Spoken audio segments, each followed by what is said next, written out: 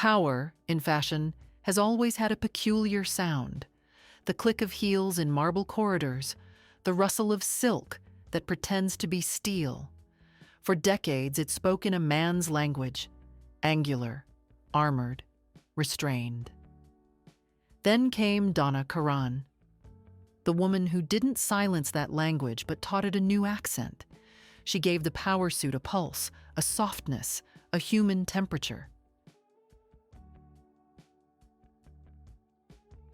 She was born in New York, a city that doesn't raise dreamers so much as it tests them. Her childhood was steeped in fabric and ambition.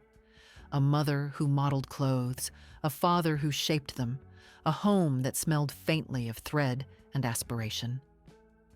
When he died, she was 3. That absence became her first pattern, an understanding that creation can be a way to hold on to what disappears. Karan grew up between contradictions, suburban quiet and Manhattan speed, discipline and intuition. She studied at Parsons, worked at Anne Klein, and learned that fashion was less about fantasy than endurance. When Anne Klein died, Donna was barely 25. The industry didn't ask if she was ready. It handed her the scissors. She didn't flinch. Her collections were pragmatic, modern, alive, and they sold. But beneath the precision, something was restless. She wanted to speak to women who lived real lives, women who ran through airports in heels, who negotiated contracts with baby food on their cuffs.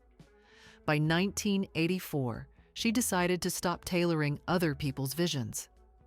Donna Karan, New York was born, and with it came a quiet revolution disguised as simplicity.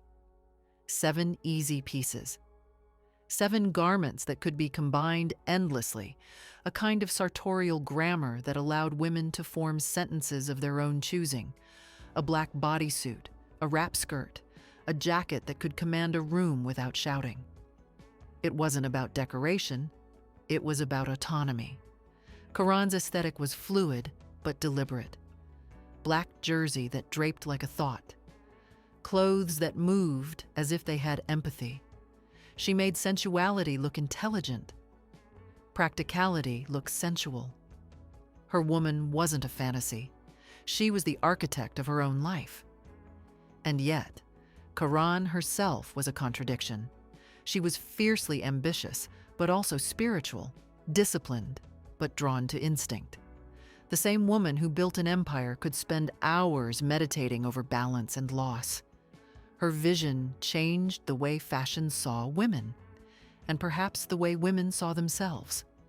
Before her, the power suit was imitation, women dressing like men to survive in a man's world.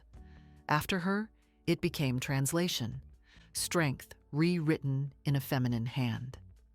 The press crowned her the Queen of 7th Avenue. But queens, as history shows, rarely rule without criticism. Her designs were praised for their intelligence, but accused of elitism. Power was expensive, and often cut to fit only a certain kind of body. Her ads sold independence, but her pricing sold aspiration. When she launched DKNY in 1989, it was both a concession and a rebellion. A younger, more democratic line, made for the streets rather than boardrooms. Jeans, white shirts, movement, breath. It was New York, her true muse, distilled into fabric. For a time, Donna Karan dressed the entire city. But with success came weight.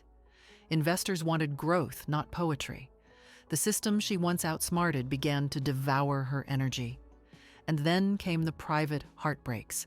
Her husband, Stefan Weiss, her creative partner and grounding force, fell ill. His death reshaped her world in ways no runway could. Out of that grief emerged Urban Zen, a project devoted to healing, culture, and consciousness, the antithesis of fast fashion. She began speaking of wellness, of stillness, of the body not as a canvas but as a vessel. Many in the industry rolled their eyes. But Karan had always been slightly ahead of her time. Today, her influence lingers in every minimalist wardrobe, every so-called capsule collection, every designer who speaks about comfort as if it were a discovery. Yet Donna did it decades earlier, when the very idea of comfort in high fashion was seen as weakness. She made it intelligent. She made it desirable. Still, her legacy is not tidy. Some say she blurred the edge between elegance and sameness. Others think her soft revolution went too soft, absorbed by the very system she once resisted. But that's the paradox of true innovators. They are remembered not for their perfection, but for their questions. Because Donna Karan's story isn't just about fashion. It's about the fragile choreography between power and vulnerability, about how a piece of fabric can hold a lifetime of contradictions. She built the wardrobe for women who refused to apologize for existing in both strength and softness. She believed that elegance wasn't a mask, but a mirror, one that reflects who we are when we stop pretending. And maybe that's why her legacy still feels so intimate. Because in the end, the question she left us with isn't about hemlines or silhouettes. It's about the kind of power we choose to wear. Is it something we put on to protect ourselves? Or something that finally lets us be seen? Perhaps that's the quiet genius of Donna Karan. She didn't just change how women dressed. She changed what it meant to inhabit your own skin. And now, decades later, as fashion spins faster and faster, you can't help but wonder, when did we stop dressing for ourselves? And will we ever find that honesty again?